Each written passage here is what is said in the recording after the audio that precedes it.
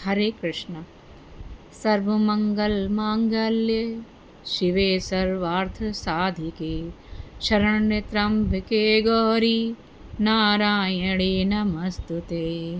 जयंती, मंगला, काली, भद्रकाली, कपालिनी, दुर्गा, क्षमा, शिवा, धात्री, स्वाहा और स्वधा, इन नामों से प्रसिद्ध जगदम्बिके मैं आपको नमस्कार करती हूँ। कल शारदीय नवरात्र का तीसरा दिन है। जैसा कि मैंने आपको पहले ही बताया है कि जो लोग प्रतिदिन दुर्गा सप्तशती का संपूर्ण पाठ नहीं कर पाते, उन लोगों के लिए पाठ में अलग अलग विनियोग किया गया है। पहले दिन पहला पाठ, दूसरे दिन दूसरा और तीसरा पाठ और तीसरे दिन चौथे पाठ का विनियोग है। माँ भवानी का संपूर्ण आशीर्वाद आपको मिले और आपकी शारदीय नवरात्रि सफल रहे। इसी मनोकामना के साथ, इसी इच्छा के साथ हम आपके सामने माँ के दुर्गा सप्तशती पुस्तक का चौथा पाठ लेकर हाजिर हैं। आइए प्रारंभ करते हैं। ओम चंडिकाय नमः। सिद्धि की इच्छा रखने वाले पुरुष जिनकी सेवा करते हैं तथा देवता जिन्हें सब ओर से घेरे रहते हैं, उन जया नाम वाली दुर्गा देवी का ध्यान करें। उनके श्री अंगों की आभा काले मेघ के समान है। वे अपने कटाक्षों से शत्रु समूह को भय प्रदान करती हैं। उनके मस्तक पर आबद्ध चंद्रमा की रेखा शोभा पाती है। वे अपने हाथों में शंख, चक्र, कृपाण और त्रिशूल धारण करती हैं। उनके 3 नेत्र हैं। वह सिंह के कंधे पर चढ़ी हुई और अपने तेज से तीनों लोकों को परिपूर्ण कर रही हैं। ऋषि कहते हैं, अत्यंत पराक्रमी दुरात्मा महिषासुर तथा उनकी दैत्य सेना के देवी के हाथ से मारे जाने पर इंद्र आदि देवता प्रमाण के लिए गर्दन तथा कंधे झुकाकर उन भगवती दुर्गा का उत्तम वचनों द्वारा स्तवन करने लगे, उनकी स्तुति करने लगे। उस समय उनके सुंदर अंगों में अत्यंत हर्ष के साथ रोमांच हो आया। देवता बोले, संपूर्ण देवताओं की शक्ति का समुदाय ही जिनका स्वरूप है तथा जिन देवी ने अपनी शक्तियों से संपूर्ण जगत को व्याप्त कर रखा है, समस्त देवताओं और महर्षियों की पूजनीय उन जगदम्बिका को हम भक्तिपूर्वक नमस्कार करते हैं। वह हम लोगों का कल्याण करें। जिनके उत्तम प्रभाव और बल का वर्णन करने में भगवान शेषनाग, ब्रह्मा जी तथा महादेव जी भी समर्थ नहीं पाते, वह भगवती चंडिका संपूर्ण जगत का पालन एवं अशुभ भय का नाश करने का विचार करें।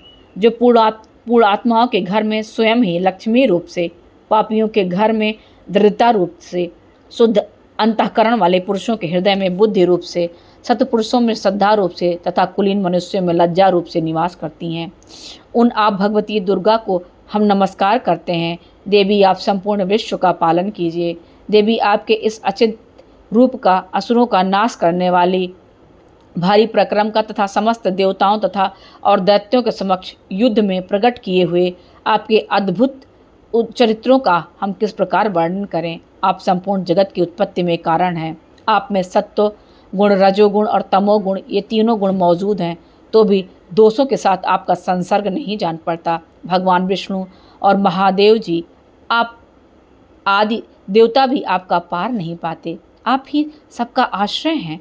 ये समस्त जगत आपका अंशभूत है, क्योंकि आप सबकी आदिभूत अव्यक्तता प्रकृति हैं। देवी, संपूर्ण यज्ञों में जिसके उच्चारण से सब देवता तृप्ति लाभ करते हैं, वह स्वाहा आप ही हैं।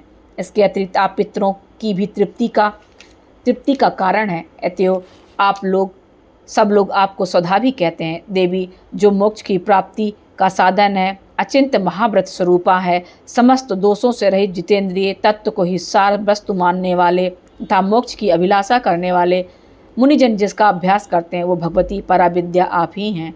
आप शब्द स्वरूपा हैं। अत्यंत निर्मल ऋग्वेद, यजुर्वेद तथा उद्गीत के मनोहर पदों के पाठ से युक्त सामवेद का भी आधार आप ही हैं।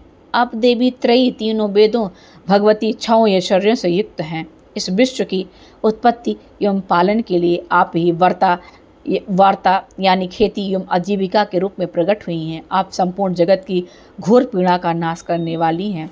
देवी, जिससे समस्त शास्त्रों के सार का ज्ञान होता है, वो मेधा शक्ति आप ही हैं। दुर्गम भवसागर से पार उतारने वाली नौका रूप दुर्गा देवी भी आप ही हैं। आपकी कहीं भी आसक्ति नहीं है। कैटव के शत्रु भगवान विष्णु के वक्ष स्थल में एकमात्र निवास करने वाली भगवती लक्ष्मी तथा भगवान चंद्रशेखर द्वारा सम्मानित गौरी देवी भी आप ही हैं। आपका मुख मंद मुस्कान से सुशोभित, निर्मल एवं पूर्ण चंद्रमा के बिंब का अनुकरण करने वाला और उत्तम सुवर्ण की मनोहर कांति से कामनीय है। तो भी उसे देखकर महिषासुर को क्रोध हुआ और सहसा उसने उस पर प्रहार किया। ये बड़े आश्चर्य की बात है।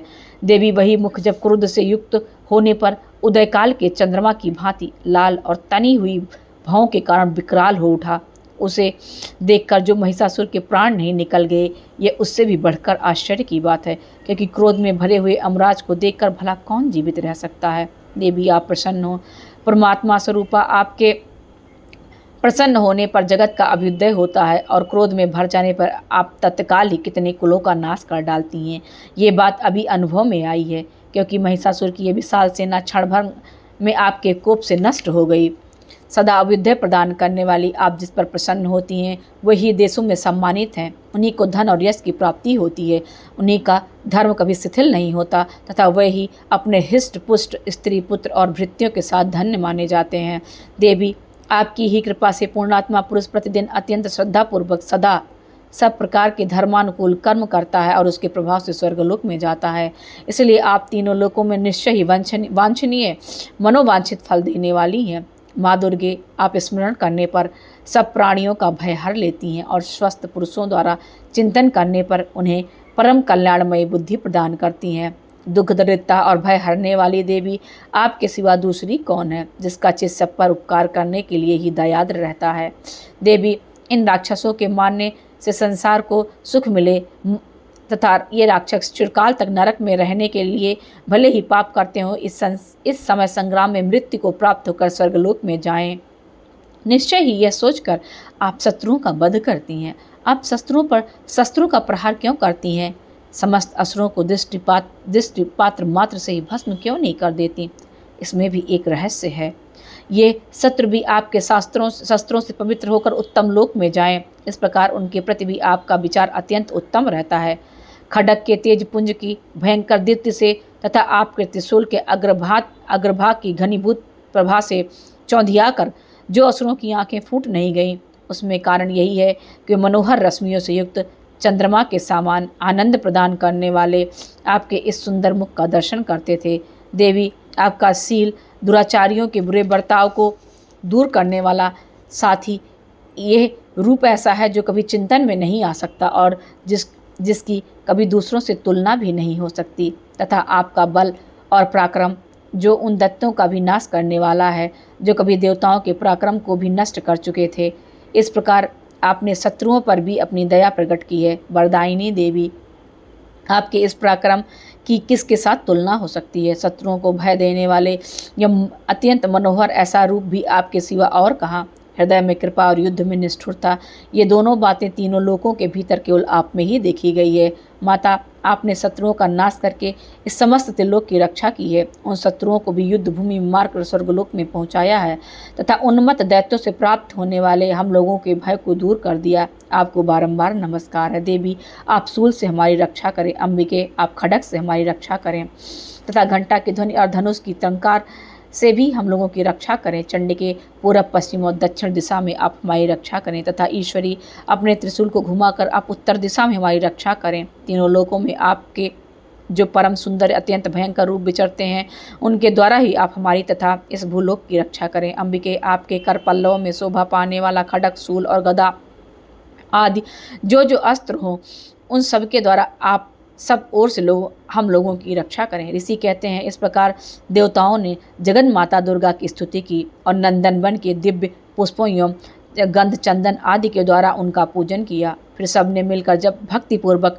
दिव्य धूपों की सुगंध निवेदन की, तब देवी ने प्रसन्न बदन होकर प्रणाम करते हुए देवताओं से कहा। देवी बोली, देवताओं, तुम सब लोग मुझसे जिस वस्तु की अभिलाषा रखते हो उसे मांगो। देवता बोले, भगवती ने हमारी सब इच्छा पूर्ण कर दी है, अब कुछ भी बाकी नहीं है, क्योंकि हमारा शत्रु महिषासुर मारा गया। महेश्वरी, इतने पर भी यदि आप हमें वर देना चाहती हैं तो हम जब जब आपका स्मरण करें तब तब आप दर्शन देकर हम लोगों के महान संकट को दूर कर दिया करें, तथा प्रसन्न मुखी अंबिके, जो मनुष्य इन स्तोत्रों द्वारा आपकी स्तुति करें उसे वित्त, समृद्धि और वैभव देने के साथ ही उनकी धन और स्त्री आदि संपत्ति को बढ़ाने के लिए आप सदा हम पर प्रसन्न रहें। ऋषि बोले, राजन, देवताओं ने जब अपने तथा जगत के कल्याण के लिए भद्रकाली को इस प्रकार प्रसन्न किया तब तथास्तु कहकर वहीं अंतर्ध्यान हो गई। भूपाल, इस प्रकार पूर्व काल में तीनों लोकों का हित चाहने वाली देवी जिस प्रकार देवताओं के शरीर से प्रकट हुई थी, ये सब कथा मैंने कह सुनाई। अब पुनः देवताओं का उपकार करने वाली वे दुष्ट दैत्यों तथा शुंभ निशुंभ का वध करने वाली एवं इन लोकों की रक्षा करने के लिए गौर्य जिस प्रकार वे गौरी देवी के शरीर से प्रकट हुई, वो सब प्रसंग मैं आपसे कहती हूँ। इसे यथावत सुनिए।